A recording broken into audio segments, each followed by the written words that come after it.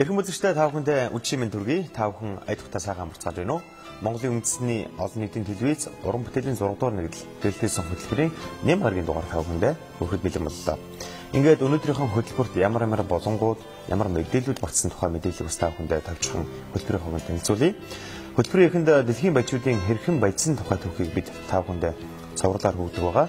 Өнөөдрийн хөтөлбөрт дэлхийн баячуудын тухай мэдээлэл багтсан байна. Мөн одоо үргэлжлүүлэн та бүхэндээ зочныхоо ярилцлагын болон хүрэхээр бэлтгэсэн байгаа. Мөн одоо түүний дараа соёлын гой сэтгэлтэн төрийн шагналт яруу найрагч зохиолч Лэ Гармагийн Чонын үүр хэмээх өгүүлбэрийг манай жүжигчин Нур Булааны үндэснээр та бүхэндээ хүрэхээр бэлтгэлээ. Түүний дараа уламжлалсаар маргаашийнхаа өрний зурхайг одоо та бүхэн өнөөдрийн гэрэлтээ зам хөтөлбөрийн төсөлд хүлээх боломжтой. Ингээ бүгд хамтдаа дэлхийн баячуудын хэрхэн баяжсан тухай түүхээр өнөөдрийн хөтөлбөрийг эхлүүлье. Дэлхийн хамгийн баян хүмүүс. Сингапурын орчин суугч Артур Тэй Азийн баячуудад сонирхлыг татаж чаддаг нэг юм. Артур Тэй зүгээр суудгүй нэг. Америкт сургуулиуд төгсөж ирээд аавынхаа $200 сая үнэлгээ бүхий бизнесийг цааш нь үргэлжлүүлэхээр шийдсэн юм. Тэр үргэлж амралтын газрын салбарт ажиллахыг мөрөөддөг байжээ. Тэр мөрөөдөл нь ч биелсэн. Би амжилтыг мөнгөөр хэмжидэггүй. Тоолж эхлэхээрээ л амжилт төгсгөлгүй гэдгийг мэдэрч эхэлдэг. Сингапур бол ажлын ертөнцийн төв.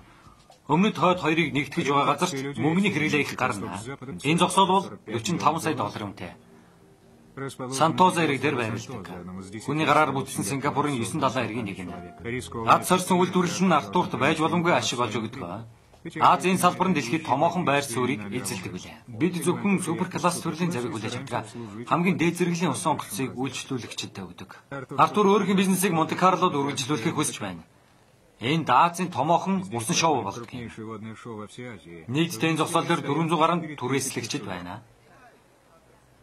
Нэг газарт л гэхэд $23,000 үнээр түрээсэлдэг. Артур 56 онд төрсөн тэр 11 хүүхдийн нэг нь байж. Хүмүүсээс үргэлж тусгаарлагддаг нэгэн хүүхэд байж.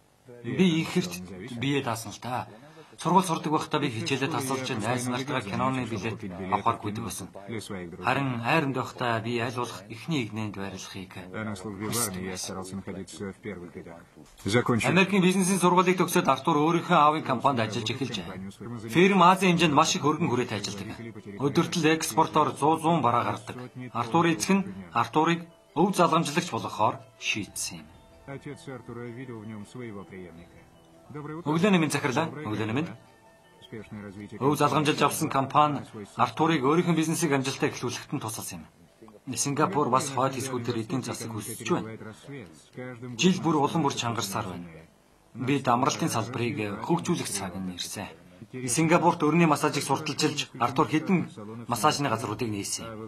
Харин Вьетнамд боулингийн орчин үеийн төвийг байгуулсан. Тэгээд түргэн хоолны салбарт мөн л хүчээ үзэн амжилттай явж байна. Би хөгжиж байгаа зах зээл дээр шинэ элементийг нээж байна. Гэхдээ өөрийнхөө ажилд би үргэлж нэгдүгээрт байхыг эрмэлздэг. 52 настай Артур Тэй ямар нэгэн зүйлийн үнэнд санаа зовдгүй. Гэхдээ тэр өнгөрснөө санаж хүндэлж явдаг нэг юм. Би намайг өсгөж хүмүүжүүлсэн хүмүүсийг зээч мартахгүй. Мөнгөний үн цэнийг мэдхээр амьдралд арай өөр хандаж эхэлдэг. Тоглоом цаг авч явахдаа надад энэ бүгд байхгүй байх боломж байсан гэж би үргэлж боддог. Би хизээж бие тоож болохгүй. Их зан хүнийг үгүй болгохдаг юм.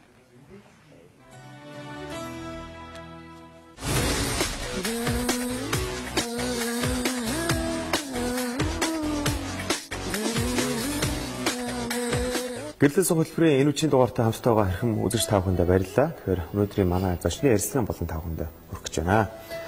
Тэгэхээр өнөөдөр манай студийн хойморд өргөж ирсэн эрхэм зочноо би та бүхэндээ танилцуулъя. Сэтгүүл чухал зохиолын ажилтан Монголын зохиолч төвлөлийн шагналт Алтан өд наадмын 2 удаагийн шагналт ийм сайхан Монгол бүсгүй өнөөдөр манай студийн хойморт өргөж ирсэн байна. Тэгээд халтрын болор эдэндээ энэ үеийн мэндийг хүргэе. За энэ үеийн мэндийг хүргэе. Орой амгалан айлтгая. Тэгэхээр манай нэвтрүүлгийн уламжлалт асуулт байдаг л да. Тэгэхээр амралтын өдрүүдийг одоо хэрхэн өнгөрөөгөө? Тэгээд уламжлалсаар хүүхдүүдтэйгээ банштай цаагаа ээж угаал.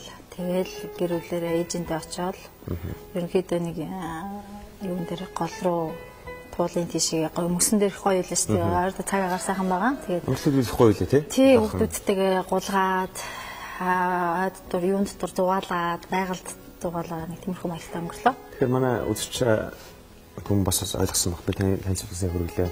ямар хүн хийсэн болоо гэж бас зарим авчиж магадгүй. Олон сайхан ном зохиолыг бичиж сонсож олондоо уншиж олондоо хүрдэг юм да цөөхөн гэж хэлж болох эмгтэй зохиолчдын зохиол ажилчдын нэг студент төрж ирсэн учраас хамгийн сүүлд одоо ямар ном үлдэж авах тэр тухай хэлээ яг болох. Тий, одоо ерөөдөө яг уншигчд маань мэдж байгаа. Нэг хэсэг нэг үе бол одоо миний яг нэг өөрийн хүрээл гэдэг юм уу те. Яг миний зөвхөн зохиолуудыг сонирхдаг хүлээдэг тийм нэг хэсэг хүрээлийнхэн байсан. Тэгээд сүүл рүүгээ одоо ингээд зүгээр хараа суудаж болохгүй боломжгүй болсон байна. Тэгэхээр өшөө хүрээгээ тэлж байна. Хүмүүс өдөр болгон ихэж байна. Шаардж байна. Сүүлийн 3 жил бол надаас бүх номнуудын маань одоо нэр дурдаад те нэхэд хэл тагалуулаад ингээд олон сайхан хүсэлтүүд тавьсан. Тэгэхээр уншигчд гэдэг бол одоо бидний одоо бичиж байгаа хүмүүс бидний хувьд одоо хамгийн том орон зай юм те. Тэгэхээр тэр хүмүүсээ гомдоохгүй тулд бид нартай бас өөрийнхөө өмнө гаргаж ирсэн бүх бүтээлүүдэд хүргэхийн тулд дахин нэгтгэж гарах шаардлагатай боллоо. Тийм учраас өгүүлбүүдээ нэгтгээд бид хоёр гэдэг энэ богино өгүүлгийн төврийг гаргалаа. Энэ бол өмнө яг нэг гарч ирсэн 2 удаа хэвлэгдсэн. Тэгээ энэ удаа дахин шинжилсэн байдлаар 3 дахь удаага хэвлэгдсэн. Сүүлийн 3 жил орчим удалтаанд тасраад тэгээд бас тэгээ ерөнхийдөө жоохон өртөө их удаа явууллаа. Тэгээд үн туужуудаа бас нэгтгэж гаргалаа. 4 тууж гаргасан. Тэгээ нэгтгэхэд нэг одоо юу гэдэг хацсан боогод тэгээд ийм сайхан ном гаргалаа. Тэгээ энэ бүхэн надад одоо миний гэр бүлийн зүгээс өгсөн шинэ жилийн бас бэлэг байсан. Гинтийн бэлэг байсан. Надад их гоё сонирхолтой санагдж байна л да. Сэтгэлгээний өгүүлбэрүүд, туужууд гэдэг бол бас одоо хүний унших дуртай уншигчдын хувьд бол маш тийм том зүйлүүд байдаг гэж боддог. Энэ ялангуяа хамгийн сүүлд гаргасан бид хоёр гэдэг энэ одоо сэтгэлгээний өгүүлбэрүүдийг бэлтэж гаргасан юм бол их олон одоо уншигчдын хүлээсэн, хүссэн тань өөр хэлжтэй 3 жил өртөө явлаа гэж. Тэгэхээр энэ одоо номыг эмгтэж үлгэж гаргахад юу нэр их хугацаа орвоо. Голчлон ямар одоо бүтээлүүд шингээж оруулсан бэ? Тийм одоо ерөөсөө миний хамгийн анх бичин утга зохиолд нүцгэн шүн нэртэй төврээрээ сэтгэлгээний төврээр хөл тавьж исэн. Тэгээд тэрнээс хойш 4 төвөр гаргасан. Тэгээд тэр бүхнийг одоо нийлүүлээд нэгтгэж энэ ном дотор оруулсан байгаа. Ерөнхийдөө бол нүцгэн шүн, зүрхэн дүүлдвэрлүү, Диважингийн хоригдлууд, тэгээд бид хоёр гэсэн 4 ном байдаг. Сүүлд энэ бид хоёрыг маань 2009 онд одоо миний блог уншигчид тий өөртөөхөө одоо сэтгэлийн дэмэр гэдэг юм уу өөртөөхөө сайхан сэтгэлээрээ нийлүүлээд унших сонирхлоо тий одоо юу гэдэг тэр сонирхлоор одоо миний номыг надад одоо хэвлүүлж өгсөн гэж хэлж болно. Нэгсэндээ уншигчдын одоо хүсэлтээр энэ номнууд маань анх удаа нэгдэж гарахаас өөр аргагүй болсон. Яг тэгэхээр өмнөх номнууд маань бүр одоо 2000 оноос хойш гэр ховордоод болтгоо байцсан. Надад өөрт хүртэл нэг хоёрхан ширхэг үлдсэн. Тэгээд нэгэнд ховордоод болтгоо байцсан юм яах вэ гэхээр би уг нэг ном дахиж хэвлүүлэх нэг тийм бодлого өөрөөс гайхалтай зохиолч болчлоо гэж боддгоо байсан. Гэтэл уншигчид гэдэг өөрсдөө хүчтэй бас их урамтай. Тэр утгаараа надад бас ташаар өгсөн гэж хэлж байна. Энэ бид хоёр гэдэг одоо нэрний цаана ямар утга явж байна? Яагаад ийм нэр өгсөн бэ? Саяхан би нэг сан дээр ярьслага өгсөн л дөө. Миний дотор их олон хүн байдаг гэд. Яг тэрнтэйгээ уялдаад ер нь хүн болгон дотроо нэг юм 2 3 оршин сууж идэг, оршин амьдарч идэг те. Тэгэхээр тэр хүмүүс хэдийгээр би гэд ганцхан биеийн дотор багтаад те ганц төлөөл байгаа боловч хүний сайн мууч гэдэг юм уу, эсрэг тесрэгч гэдэг юм уу, хоёр юм дүүр ингээд дотор заавал байж идэг те. Тэгэхээр тэр хоёр хоорондоо хэрхэн ярилцаж болох уу гэдэг нэг төлөөлөл. Нөгөөх нь болохоор миний өнгөрсөн одоо бага нас те. Одоо яг одоо нас хоёр нийлээд юм уу нэг доор ингээд нэг ширээний хоёр талд суугаад ярилцуул те. Юун тухай ярих бол гэдэг ингээд хоёр дахь төлөөлөл явж байгаа. Мөн одоо миний одоо өмнөх өвөг дээдс тэр чин дахиад л би одоо ноцсыг нь аваад төрсөн тий удам угсааг нь залгамжлаа явж орж ирсэн. Тэр өвгдөөс маань энэ ширээний ард цугаа натаа ярилцвал бас ямар байх вэ? Бас юу ярих вэ? Тий юу ярих вэ? Тэр сонирхолтой. Тэр утгаараа төлөөлүүлээд ер нь бол би гэдэг бол ерөөсөө бид юм. Чи бит хоёр юм тий. Чи бит хоёр бол тэд юм. Тэд бол ерөөсөө бүгд юм. Гэсэн утгаараа энэ одоо нэрийг анх бодож өгч ирсэн. Баярлалаа. Тэгэхээр бас нэг сонирхол татдаг ном энэ дээр байна л да. хишигдэхэд энэ тусламж өгөөж өгöd. Энэ номыг хэдэн онд тэмдэглээ. Бас би түрмтээр ажиллаа. Анх бол би хүүхдийн байраар өнгөө тараах гэж бэлтгэж шийдвэрж байсан гэдэг. Энэ ном хандхаас юм байна. Энэ 2010 онд гарсан. Анхны хэлтэн. Тэгээд одоо 13 он болж байна тийм ээ. 10 оны одоо зуны хүүхдийн баяраар би одоо бичгийн өмнө зүгээс тэг хүүхдүүдэд зориулаад анд нөхрийн тухай юм сайхан дурсамж тутууж хэвлүүлж бэлэглэхээр шийдсэн. Тэгээд тэр маань одоо үнэхээр яг цагаа болоод яг 6 сарын 1-нд хэвлэгдээд маш амжилттайгаар маш одоо олон хүүхдэд хүрсэн. Тэрнээс бас хүүхдүүд яадаг гэхээр сураг авдаг юм байна. Энд нэг гоё ном гарсан байна. Тэгээ их гоё ном байна гэх. Тэгээ аюух олон захиа ирсэн. Бас энэ тентгийн сургуулиудаас ингээ хүүхдүүд урилга ирүүлдэг юм. Бид нарт уулзаж өгөөч хишигт номны зөвхөн хишигт номны тухай гэдэг. Гэмэчлэн би яг хишигтийн одоо хишигт энэ туужийнхаа буйнаарч гэдэг юм уу те. Маш олон сургуулиар очсон. Маш олон хүүхдүүдтэй уулзсан. Энэ номыг ерөөсө сургуулийн босго халахж орсноос одоо эхлээд 10-11 дугаар анги төгсөж байгаа. Бүх хүүхдүүд гар дамжуулан уншаад тэгээд дагалдуулаад ийм хөрхөн дэвтэр нээгээд тэрэн дээр хамаг сэтгэлийнхаа үгийг хийгээд юм гой цаасмаас хаачлаад чимэглээд тэгээ ингээм гой туршлагын дэвтэр аялдуулаад дагалдуулаад тэгээд ингээд надад сая 100 эргэж ирсэн. Тэгэхээр миний хувьд бол энэ бас том бэлэг маш том хишиг гэж бодож байгаа. Ерөнхийдөө бол анх энэ блог дотор төрсөн.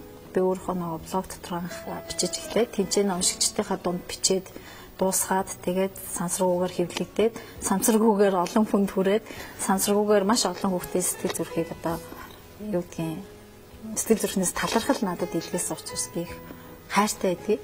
Одоо 3 удаа хэвлэлтэнд авсан гэж. Тэгэхээр тэрнээс хойш бас хүмүүсийн хүлээлт ч юм уу одоо хүсэл ихэрж байгаа тийм. Ихэрж байна. Ерөнхийдөө яг хүүхдүүдээс гадна бас насан турш хүмүүс өөрсдөө баг насаа дурсдаг юм байна.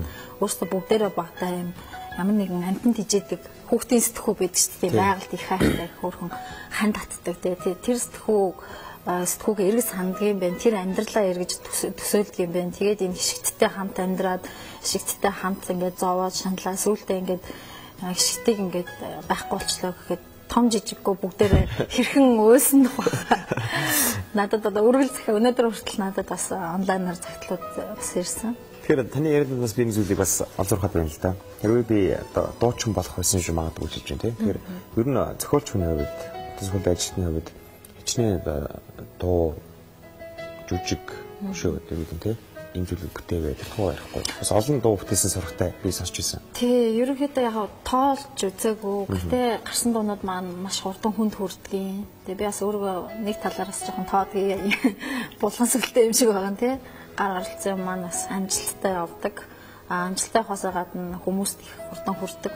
Тэгээд их таалагддаг. Эргэн одоо дахин сонсдог тийм бүтээлүүд гардаг.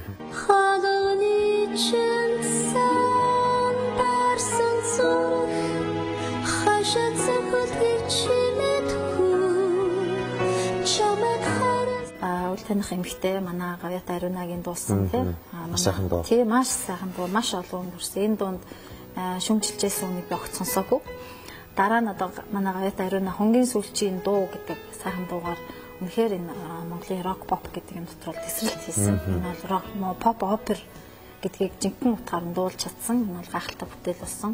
Мөн одоо балхаахтай нийлээд маш олон сайхан дуунууд хийсэн. Одоо охин минь битгий үйл те ээжтэй би хайртай жүжигийн дуу мөн манай баяр цэцэг дуулсан дурсан зас гэдэг. Тийм тэр манай Пүүжэгийн зохиосон ай гэх мэтлээ одоо зөндөө олон. Ер нь тас дүүл ер нь маш олон хит дууг хийсэн юм байна шүү дээ тий. Тий одоо сүүлийн 2 жил 3 жил бол голцоо тиймэрхүү одоо захиалгууд их ирж байна. Тэгээд тэр утгаараа сонсож байгаад сайхан таалагдсан. Энэ үнэхээр миний сэтгэлд хүрлээ. Энэ сайхан аялгуунаас би дуу төрүүлж чаднаа гэж итгэсэн зүйл дээр ажилладаг. Тэрс шиг ингээл яг машин шиг тий ирсэн юм болгоныг бас алтуулаад иж чадахгүй л те. Урд нь бол 3 кино бичсэн гэж бас тэр ажилласан. Вижн партиг зохиолч гэдэг одоо зарим үзэгчд маань мэдлээ. Өөр бусад кино ямар кино байсан? Вижн партигийн дараа Ми 15 гэдэг нөгөө аргачлалд зориулсан те сайхан кино гарсан. За тэр бол бас маш олон хүний сэтгэлийг одоо маш олон хүнийг те тухайн одоо 72 цагийн тэр онгоц цусланоос хойш 3 хоногт авцсан байх гэж бодож байна. Тэрний тууч нь бас энэ дотор муу залуу нартайгаар байж байгаа. Сая өнгөрсөн 100 нарны өнгө гээд одоо уран сайхны киног зохиолч Түрмөгтэй хамтраад бас бичсэн. Тэгээд тэр маань бас дэлгэцэнд гарсан байна. Нэвтрүүлэгтээ хамтран ажилладаг амьдрал бол аялал гэх сэтгүүлийн хамт олон манай зочдын сэтгүүлийг мэдүүлэх боломжтой болж байна. За. Тийм учраас амралтын хөдөр ч юм уу, ер нь зуны сайхан үйлдэл ч юм уу те эх орныхоо үзэсгэлэнт газруудаар, дэлхийн ертөнцийн үзэсгэлэнт газруудаар аялахаар бол хүнд аялахад юу хэрэгтэй байдаг вэ? Юу бид анхаарах ёстой вэ? Дээрээс нь амьдрал гэдэг одоо зүйлийн мөн чанарыг харуулсан олон сайхан мэдээллийг багтаасан энэхүү 45 орт нүг удаа гардаг энэ сэтгүүлийн ширхэг гараад танд. Оо за баярлалаа. Би өөрөөс их сайн аялагч штэ. Манайд орж аялдаг. Анх удаа аялагч зориулсан сэтгүүл гарч хэлж байгаа юм лээ. За. Энэ сэтгүүлийн гэж танд. Маш их хэрэгтэй сэтгүүл байна. Баярлалаа. За баярлалаа. Эрхэм үзэгчдээ манай өнөөдрийн зочны ярилцлагын болон инх өндөрлөж байна. Та бүхэн үргэлжлүүлэн хөтөлбөрөөр хүлээн авцгаана.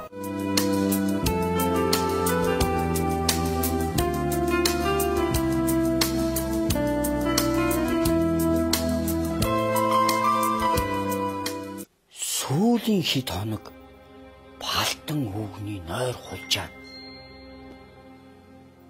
шүмжингөн тийчилж гоо заримдаа тавхаа нулнаасаа халуу орхихэд байд суухын аргагүй болоход тийчилж түр дуг хийхдээ ээлдэв юм зүүдлэн хүү бэр хоёр нь хүүхдтэйгээ баруун орон дээр туйлын тайламжтай наргагүй унтж байлаа.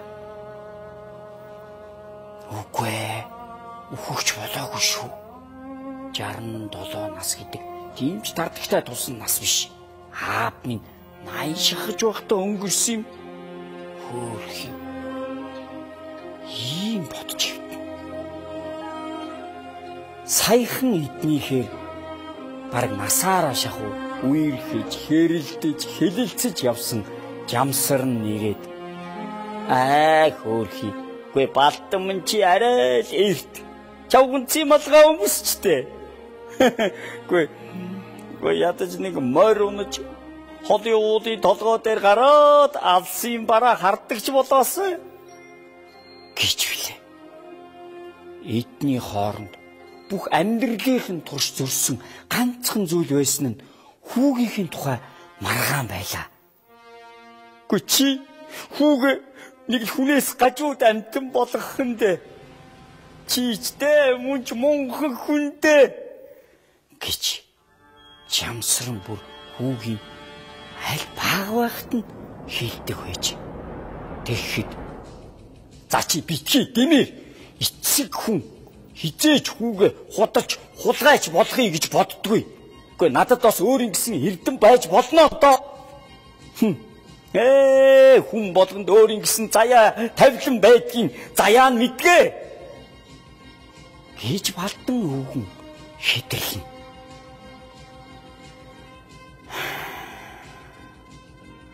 Тэр жил хүүгээ 5 нас хүрдэг нэг хавар дагуулад гарлаа. Балтан өвгөн үгүй хүүтэй амьдрах ёсыг ярьж чон үүрэндээ үлзийтэй гэлцдэг. Үгүй ер нь чон үүрэндээ ямар ч амьтан руу дайрах ёс гэж байхгүй гэж аимшигтай юм байхгүй хүүдээ хилж ятгаж ууланд очлоо. Үүрэнд яг орох болоход хүүхэд нь айж царай нь хугаа цаагаад уулж бархиран гэтрэг зүхтлаа. Балтан хойшоо зутгах хүүгийн хүчээр чийж чонын үүрний яг аман дээр навчраад аргамжаар оосрлон ганц төлхөн агуй руу оруулаа. Хараатны нөх харин Балтан олзыг алдаж болохгүй гэсэн шунаг сэтгэл нь дийлсэн хэрэг.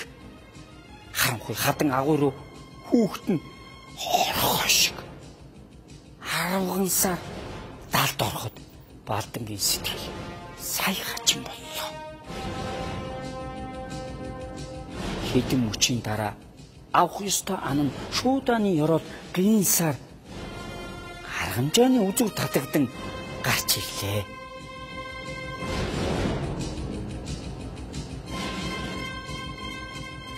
Өвгөн Балтан шүнжэнгөн тийчилсээр өглөө болголоо. Хүү галсан нь цайгаа уугаад морой нийллэж мөр харнаа. Өнөөдөр ч сайхан өдөр байна. Шинэхэн цастай. Өдөр тийшээ нар гарвалж дулаарна да.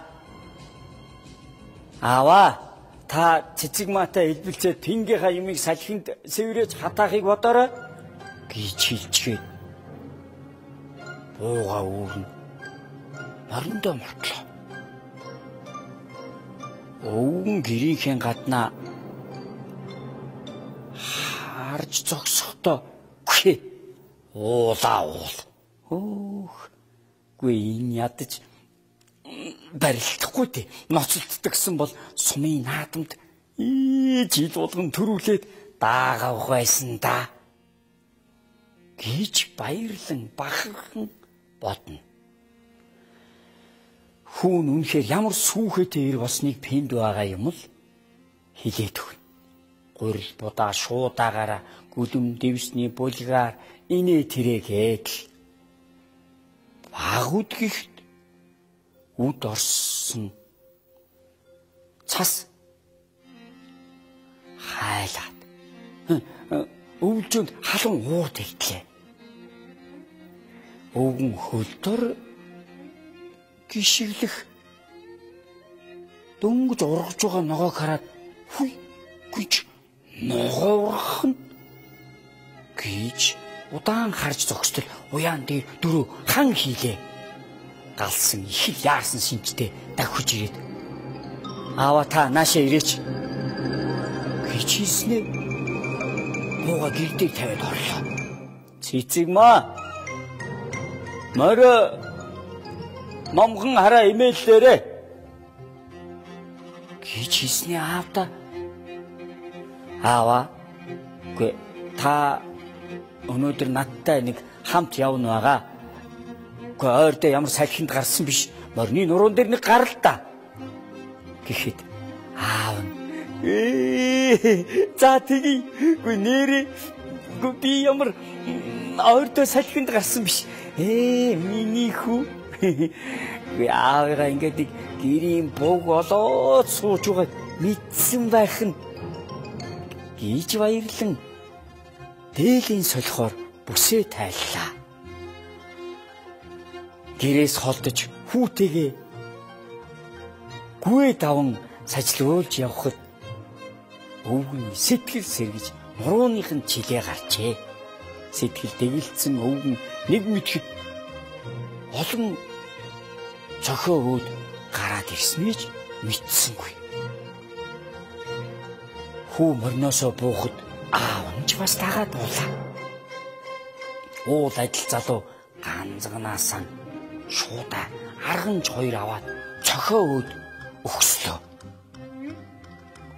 Өвгөнч хүүхчиг араасан таглаа. Аава энд чоны үүр байгаамаа. Хідэн бэлтрэг гинаад байгаа биз? Авч чадах юм болж том олд шүү. Та чагнаач гэхэд балтан өвгөн нөхрөө тонгоож чагналаа. Гинэх дуугаар нь багцаалбал 7-8 бэлтрэг. Нэрийг авч чадах юм бол ихүн хүрэндээ гисэн бодолтой зэрэгцэн энэ харийнхан хүн уул шиг том биетэй хүн яагаад ч багтахгүй зөвхөн давжаа биетэй л орох ёстойг өвгөн ойлголоо. За аав нь оройдоо гэхэд хүү юу гэсэн үг вэ? Гүй чи та юу? Гүй чи нүгэл байгаа та. Ёстой муухай юм болж байна. Гүй очиж таныг оруулах гэж юу? Ёстой муухай. Ёстой болохгүй. Гэж уул галтан хийж байсан чи цаанаа бол ороод аваад